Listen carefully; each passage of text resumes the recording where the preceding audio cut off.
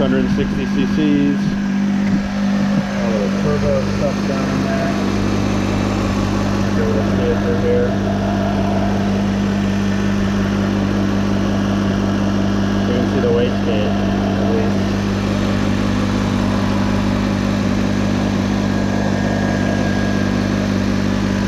Little cute manifold.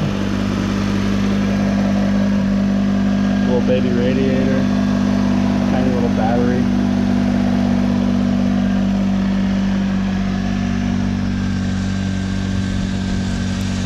It's got real long knobbies.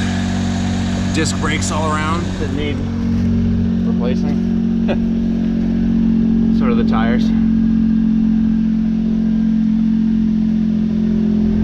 3-cylinder, 12 valve, 660 cc.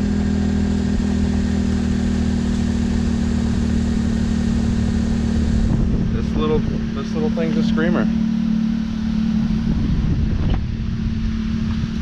It's got a decent interior.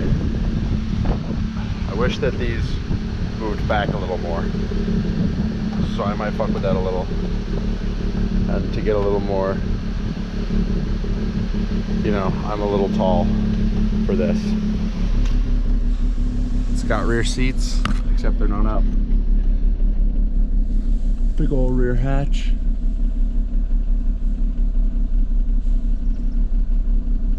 Yeah.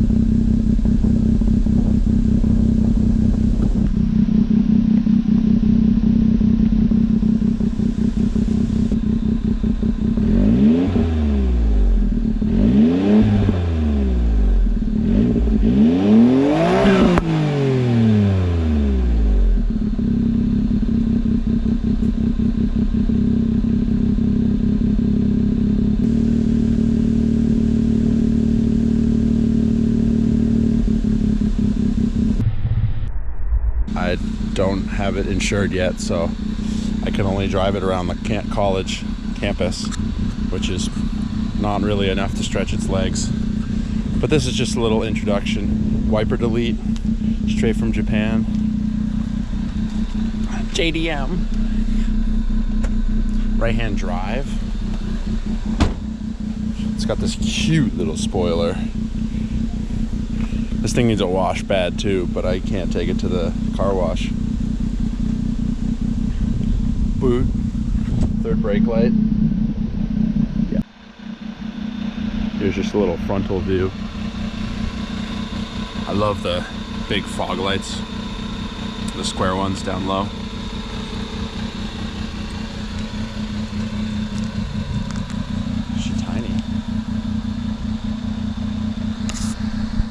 It's got a little bit of a steering, I don't want to call it a vibration because it's slower than a vibration, but it kind of gently goes like this back and forth. And this being my first front wheel drive car, I mean, it's all wheel drive. You can see the rear axle back here, but it's transversely mounted, and I think it's like a 30% split to the rear, or maybe 40, but I don't think it's 50-50. And I'm not sure if that's like a torque steer thing, but or maybe a loose ball joint or a tie rod. But anyway, my big plans are basically just to do maintenance, drive it, get some really good gas mileage, and do little mods that aren't like power increasers per se. So I've got this upgraded intercooler from JDM Amazon.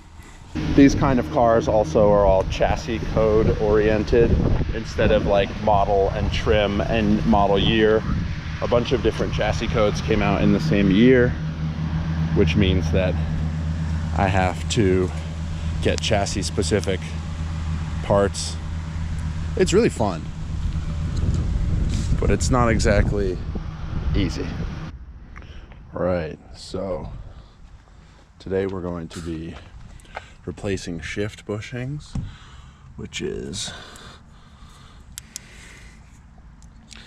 that bushing right in there,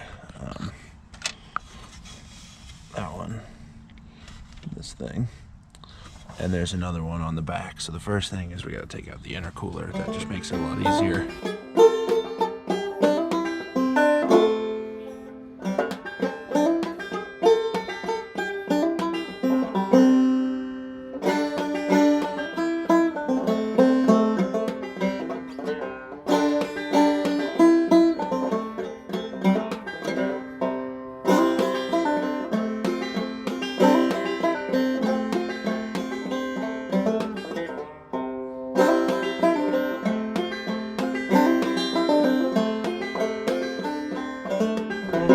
So I've actually already replaced one of these, and that's that one.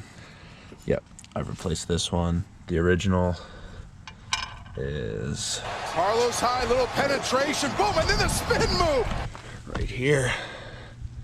And you can see that that's, you know, that's pretty well fucked.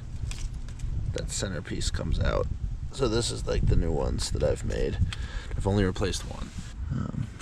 If you can see that here. And the second one is back here. It's like, it's that thing right there, which I think might be a little bit more difficult to get to. Just maybe. Yeah, so right now I'm trying to push that new bronze thing on. And yeah, it's basically a pain in the dick. I've got the battery tray out, I've got the battery out, I've got the intercooler out. Now this is the type of car where you basically got to take the whole thing freaking apart to do work. But you know what? Worth it. Okay, well, I got all in there. I got a little excited and started putting the battery tray back in. But you can see pretty clearly, maybe you can't see clearly at all. There we go. You can see though, it's in there with the pin and the washer, and it's back on its shift peg, so that's good. And I got the battery tray back in and these little connections and stuff. I'm ready to put everything back together and fire it up and see if I can downshift into third.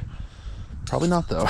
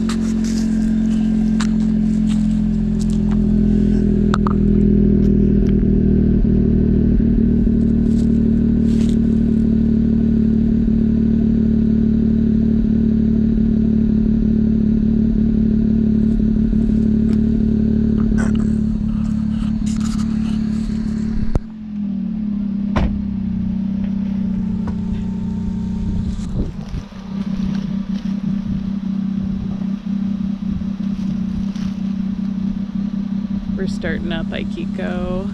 Oh yeah. Get a little K-car action going on. There she goes.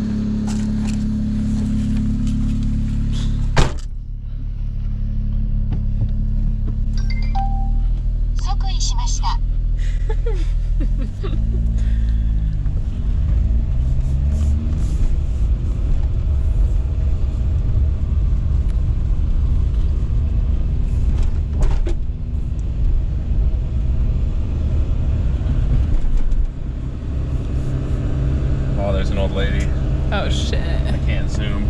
No.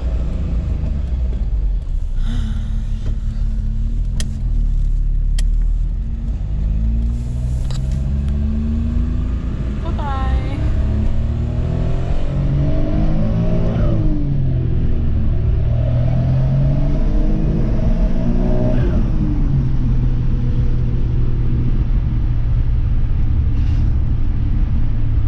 I would say that I'm not going as fast as I could because we're on a closed loop, but this thing doesn't go that much faster than this, so.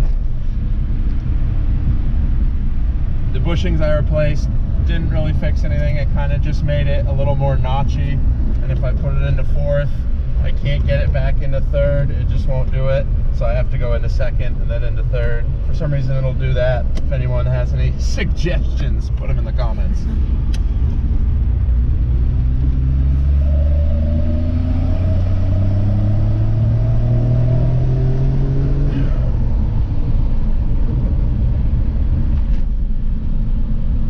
But I did find a loose spark plug thing when I was in there, and it definitely has more power now, so that was probably the issue. A loose spark plug boot wouldn't really, it was still like on there, so at idle it probably wouldn't have made a difference, but when we're going and there's all that air getting crammed into the cylinders, that creates a lot more air as a resistor, so it creates a lot of resistance for that spark to jump that gap on the plug. And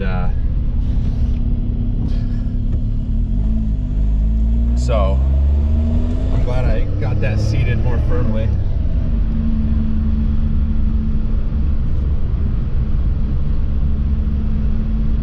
This will also be a nice little documentation of the loop. For when I'm not driving here anymore. Yeah.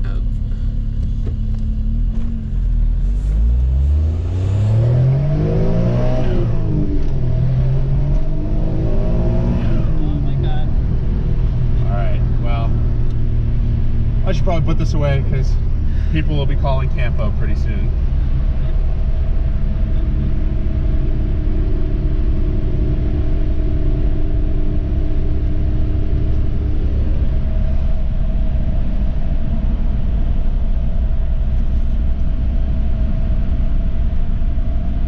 I hope I got the turbo flutter. Oh, we did. We got that cute little sneeze in there. Don't worry.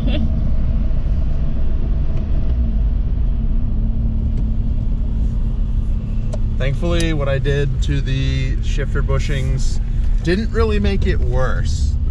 I kind of thought it made it worse, but not really. It's just if I keep trying to shove it into third, hoping that it'll go into third, then it doesn't want to go into second either. But if I just say fuck it and go straight for second, it'll do it. So, I don't know.